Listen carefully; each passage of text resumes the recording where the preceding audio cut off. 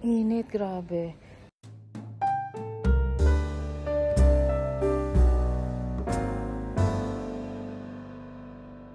Hindi na ako tawag dito, nag-wash ng hair. 2 days na tong hindi na-wash. And siguro mamaya after work, i-wash ko na yung hair ko sa gabi para sa umaga. Kasi pagod na talaga. Naliligo din kasi kami sa gabi pagdating namin dito kasi pawis, yung dumi, ganun. Naglinis kami kahapon, grabe. Tapos, ang dami ginawa.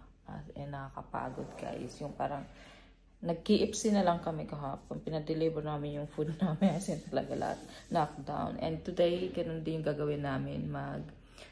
Tawag dito? Maglilinis, organize, and moving things. And ito yung bag na gamit ko. My everyday bag. And then, meron akong water. Ito, kailangan ko ng water.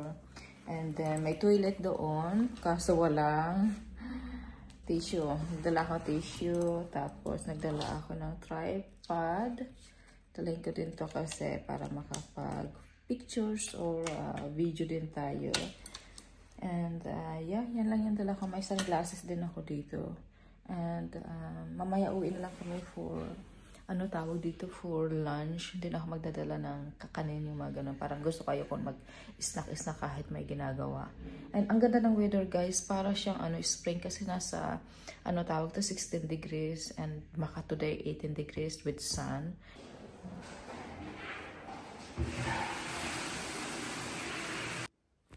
Ito yung third floor or second floor. So, dito hindi pa namin natatouch. Hindi pa namin na lilinis. Ayan. Ito yung move namin. Mabigat yung mga yan. Yung taas na is, na yan. Rooftop. So, ito. Ayan. Tapos dito is office. Ito yung opisina. Ang dami lilinisin, di ba? Tapos i-renovate pa. May mga bulos na ito. Paglinis. So, ayan o. Ang dami. Tapos dito. Ang dapat ilaw.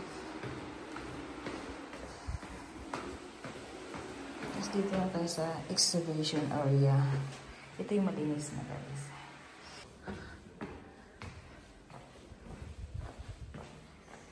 Clean na. Isara ko na Di ba malinis na dito? Kaso basa. Basa. Pwede tayo dito sa kabila. Dito. Basa pa yung floor.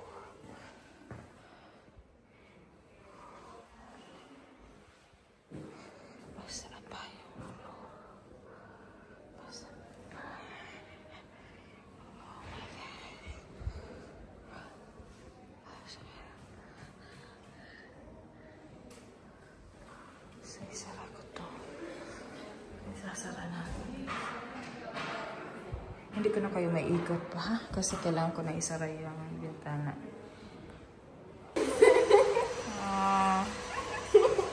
So, dito kami naglilinis ni Amanda, guys.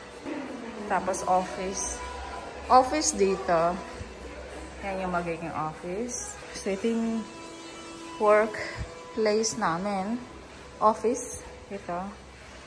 And, ito yung view sa labas. Ayan, nasa taas tayo.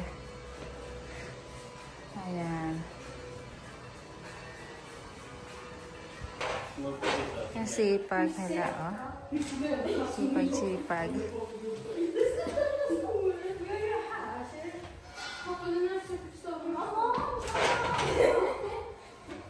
Ito yung food ko, guys. Soup siya. Ayan. Ako gumawa niyan. Tapos kami, guys, ni Simba. Tapos yung dalawang magkapatid nandun sa tindahan. Nagsha-shopping. So, hindi masyadong maraming tao na ngayon.